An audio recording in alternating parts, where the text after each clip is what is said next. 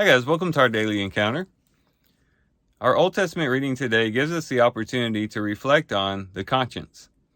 The conscience is that bad feeling that we get when we do something wrong. It's very much like pain. Pain is an unpleasant feeling that we get when something's wrong with our body. It sends signals to us to tell us that something needs to be corrected. And the conscience is the same thing when it comes to our spirit. It's there to warn us and signal to us that something isn't right. We need to make a correction in our lives. And so it's unpleasant, but a very good thing and a very necessary thing when it comes to the spiritual life. And in our reading today, we have several people who mention the conscience, or at least indirectly mention the conscience, and have some dealings with the conscience. David has his conscience pricked when he cuts the robe of Saul. There in the cave, Saul goes into the cave where David is, and he goes in there to relieve himself.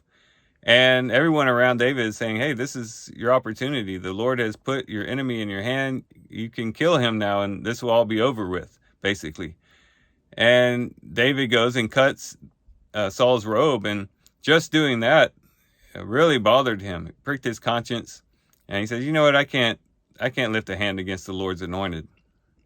And so for that little small act, David's conscience becomes very much excited and gives him that uneasy feeling that he probably shouldn't have done that. And then you have Saul's conscience really pricked when he finds out that David had the opportunity to kill him, but did not do it.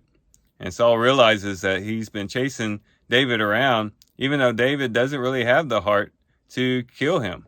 And so Saul even weeps because he feels so bad for what he had done. Abigail talks about the conscience in connection to Naval, her husband. David had a mind to just kill Naval. Naval had treated David and his men in a very cruel way. David and his men had helped his shepherds out quite a bit. And David requested some things from Naval, and Naval basically rejected him. And David was going to get his men together and destroy all the household of Naval. And Abigail goes to David and kind of intercedes and says, look, don't do this. After you are established as king, this is going to bother your conscience. This is going to weigh on your heart that you took matters into your own hands. And so because of that word and several other things that Abigail says, David relents and he decides not to go and destroy Nabal's household. And then you have Nabal himself. After he hears how close he came to death and how close he came to his whole household being destroyed, it's not clear whether it was his conscience or not, or just the whole shock of hearing this information, but his heart fails him and he turns to stone, and he ends up actually dying several days later. And it's questionable whether that was his conscience being pricked, or whether, again, he was just shocked at the news he heard. But something happened with Nabal as well, upon hearing of the fact that he could have been killed, but had been spared by David. So again, this gives us a lot of opportunity to reflect on the conscience. And one thing that we can reflect on is the importance of having a sensitive conscience. We should all be inspired by David and his conscience being pricked by merely damaging Saul's clothing. And that's something that we should all have. We should all have a very sensitive conscience. As mentioned before, the conscience is a good thing. Even though it's a bad feeling, it's a good thing. When the conscience is functioning properly, it keeps us on the proper path, and it helps us to correct things when they're wrong. And David had a sensitive conscience, and we can only imply or guess that it was because of the fact that he had such a close relationship with the Lord. Very few Bible characters have their diary in scriptures that we're able to read, but with David, we have his diary basically with the Psalms, with the things that were going on in his heart, even when he was going through hard times. Just shows that he always had a heart for the Lord, always had a heart for walking in the presence of the Lord and doing things that are pleasing to the Lord and correcting things when he was wrong. And I believe it's this close relationship with the Lord that helped him have such a healthy conscience. And the same can be true for us as well. we too can have a healthy conscience the more and more we draw close to the Lord.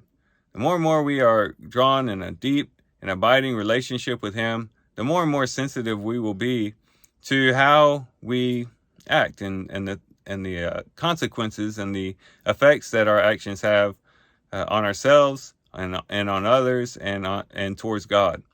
And so drawing close to the Lord, of course, getting into the Word, having the Word richly dwelling within us, these are ways that we can have a healthy conscience, a very sensitive conscience that will help us to live a more holy life and a more pure life before the Lord.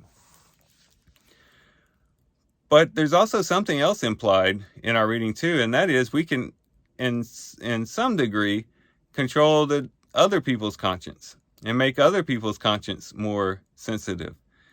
That's what David did. He actually made Saul feel bad for what he did. And this is not consistent with how Saul had acted before. Just think about it. Just previously, he had killed a whole town of priests at Nob.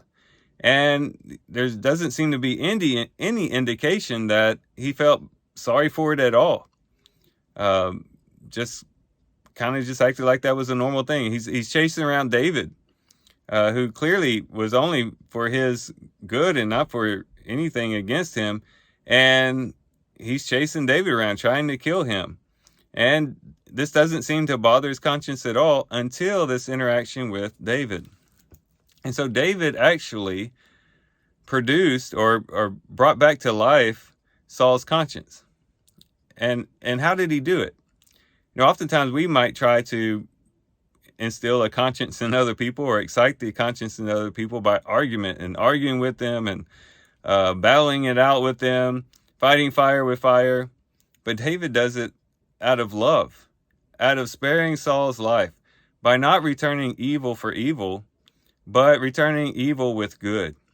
And the good overshadowed the evil, and the light dispelled the darkness. And as such, Saul's conscience was pricked to the point that he wept.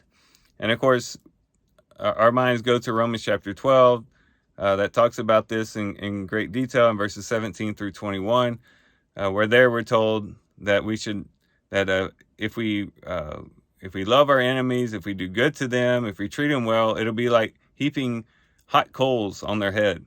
It will really cause them to reconsider what they've done and really prick their conscience.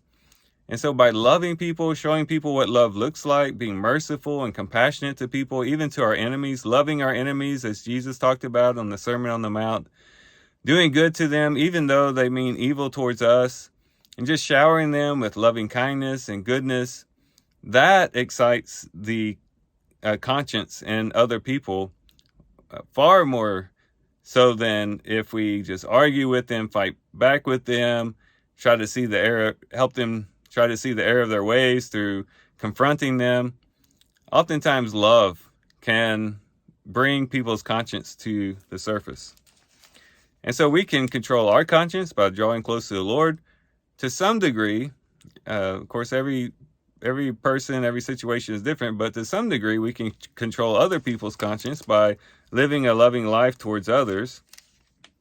But then we also have in our reading the need to maintain a pure conscience. And that's what Abigail implores David to do. Don't destroy Naval because it's going to hurt your conscience in the future. And we should always be very protective of our conscience to make sure that we keep a pure and clean conscience before the Lord, and not to do anything that will cause us to have an injured conscience in the future. Because when our conscience is injured, it affects our relationship with God, and we are not able to come to Him as freely as we were before because our conscience is getting the best of us. If we do something that's wrong against the Lord, of course, we come to Him, confessing it to Him, repenting of what we've done, and then trusting that He will cleanse us from all unrighteousness, as 1 John chapter 1 talks about, and trusting in the forgiveness, the compassion, and the love of the Lord, and then also making right the things that we've done wrong. But the ideal is not to prick our conscience at all, not to injure our conscience in the first place. That's the ideal thing. And so these are some things that we can reflect on as we do our reading today. 1, we need a healthy conscience. 2, love can produce or excite the conscience in others. And 3, we need to maintain a pure conscience by being careful of what we do and seeing the effects that our actions might have in the future. So let's think about these things today as we do our reading. With that, guys, I do thank you for watching the video today. Hope you guys have a great day. Love you guys. God bless.